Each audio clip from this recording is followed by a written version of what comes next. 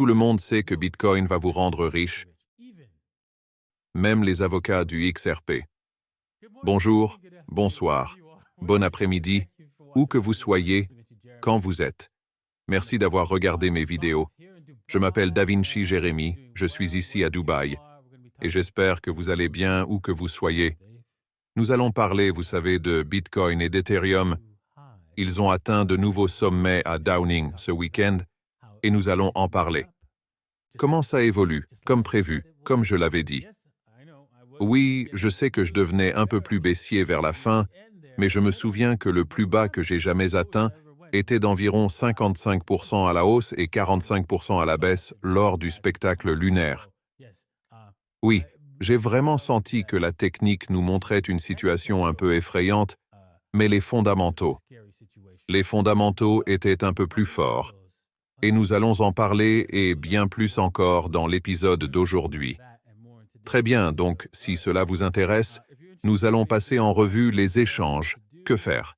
Si vous avez manqué cet échange, si vous l'avez manqué, j'ai expliqué comment échanger cette pompe plus tôt la semaine dernière. Si vous avez suivi cette vidéo et que vous n'avez pas accepté l'échange, il y aura un autre échange. Nous vous montrerons le prochain échange dans la vidéo d'aujourd'hui. Et si vous êtes intéressé à faire cet échange, vous pouvez toujours vous rendre sur bybit.davincije15.com, okx.davincije15.com.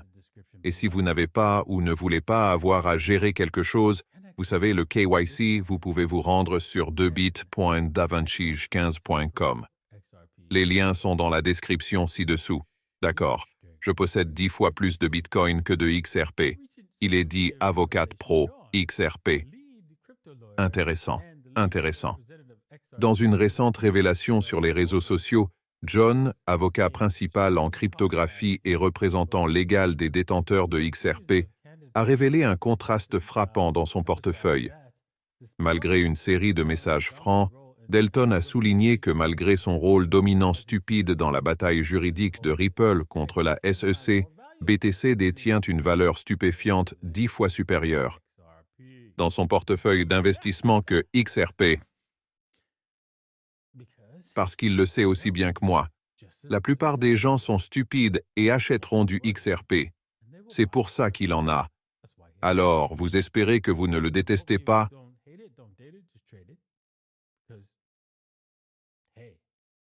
Ne sortez pas avec lui, échangez-le simplement. Parce que, ils vont monter, mais pas l'avenir de l'argent. Droite. Ainsi, les gens vont, vous savez, se lancer dans le XRP parce qu'ils peuvent l'acheter. À moindre coût parce qu'ils ne comprennent pas qu'il s'agit d'un vote contre votre propre souveraineté monétaire.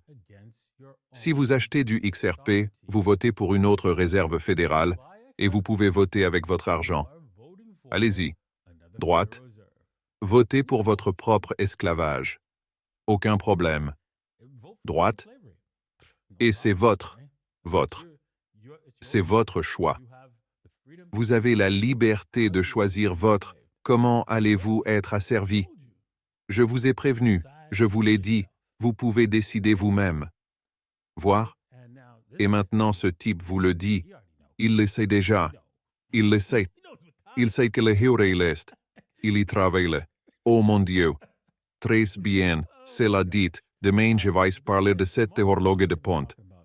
Il y a des informations importantes qui se produisent dans cette horloge morte et que je veux que vous voyiez. Et je vais en parler demain. Alors assurez-vous de rester à l'écoute des épisodes de demain, car ils vont être intéressants.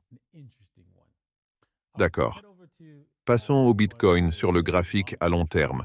Vous voyez, comme je l'ai dit, un des points techniques était que si vous regardez à gauche chaque fois qu'un marché éclate, si vous voyez tout un tas de bougies rouges à un moment donné, eh bien, vous le savez, vous savez quoi?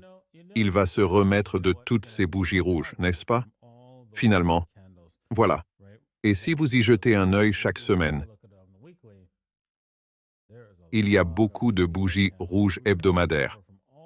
Nous allons donc récupérer de toutes ces bougies rouges jusqu'à 48K, c'est l'objectif selon TA.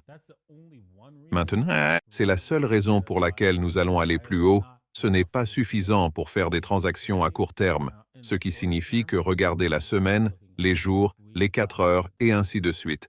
Mais c'est suffisant pour faire des transactions à plus long terme. Donc, si vous aimez un 3x ou un 5x et que vous conservez et continuez à acheter chaque fois qu'il y a un repli, ce n'est pas un problème. Avec un stop-loss de l'ordre, vous savez, de 2 à 5% de votre portefeuille total. C'est donc un type de trading différent de, vous savez, un trading à plus court terme. Nous allons donc maintenant passer au court terme. C'est donc différent du long terme. Alors qu'allons-nous voir ici? Comme vous pouvez le constater, oui, Bitcoin a augmenté. Maintenant, je vous l'ai dit, les gars, une fois que nous aurons dépassé. Finalement, franchir cette zone de 38,5-ish où nous allions plus haut. Nous allons aller au moins dans la zone 41-42-ish. C'est donc vers là que nous partons. La cible est approximativement la zone 41-41,5. Nous n'avons toujours pas atteint cet objectif. Nous devrions probablement le faire aujourd'hui, sinon aujourd'hui, demain, dans le cadre d'une ascension rapide. Nous devons donc opter pour des délais plus courts si vous souhaitez participer à un type d'échange particulier. Voyons simplement ce que disent les délais inférieurs. Bien entendu, il s'agira d'un échange à court terme et non à long terme.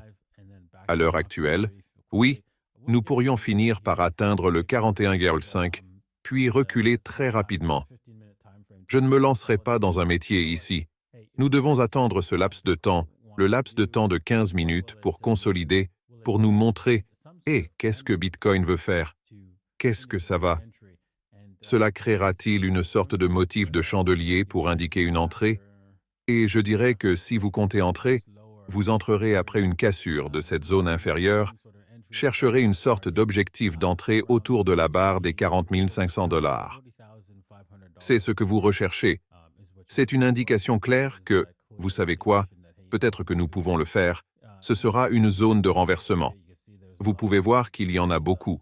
C'était un échec, c'était une zone de support, la zone de résistance qui s'est maintenant brisée et est maintenant devenue un support. Et si nous nous contentons de le franchir, alors vous pouvez probablement appuyer sur le bouton d'achat avec 2 ou 3%, ou 3%, perte sur votre portefeuille et portez-la jusqu'à 4,415, ce qui représente un mouvement de 1000 milliers de dollars. Maintenant, cela pourrait aller beaucoup plus haut, pourrait atteindre la barre des 42 000 $, 4 200 $. D'accord, je regarde l'Ethereum pour clôturer à nouveau la journée. Je t'ai dit que c'était l'entrée. Nous sommes bien entrés et boum, vous pourriez aller jusqu'au bout, pas seulement vers cette cible particulière. Mais vous pouvez déplacer vos arrêts pour atteindre le seuil de rentabilité, car il y avait beaucoup plus à faire. Vous pouvez voir que nous pouvons aller jusqu'à la zone de 2300-ish, et il semble qu'Ethereum soit en passe d'atteindre ce niveau. Maintenant, si vous souhaitez l'échanger parce que vous avez raté une transaction, encore une fois, vous devrez probablement attendre qu'il se consolide. Pas de véritable entrée ici. Vous avez raté quelque chose. Ce retour était une entrée, mais cela aurait été difficile car nous avons retesté un autre niveau de cassure ici même. Vous pouvez voir juste là, n'est-ce pas? Nous étions sur le point de le tester à nouveau. Mais les EMA ont en fait tenu le cap pour cette chose. Et oui, c'est allé de plus en plus haut. Je vous suggère donc d'attendre une percée de l'EMA ici. Qu'avons-nous introduit dans ce ruban EMA comme nous l'avons fait? Vous pouvez le voir lorsque cela se produit, n'est-ce pas? C'est là que vous êtes intéressé à acheter, surtout dans les délais les plus courts. Si nous n'avons pas atteint l'objectif, si nous n'avons pas atteint cette ligne de tendance, en fait, disons simplement 2250, vous pouvez probablement y entrer si nous passez en dessous du ruban EMA ou, vous savez, entrer dans ce ruban EMA qui se situe autour du 20. Disons simplement que nous avons la zone paire de 2200 juste en dessous. Vous pouvez probablement obtenir une entrée d'achat qui vous mènera jusqu'à 2265 ou plus.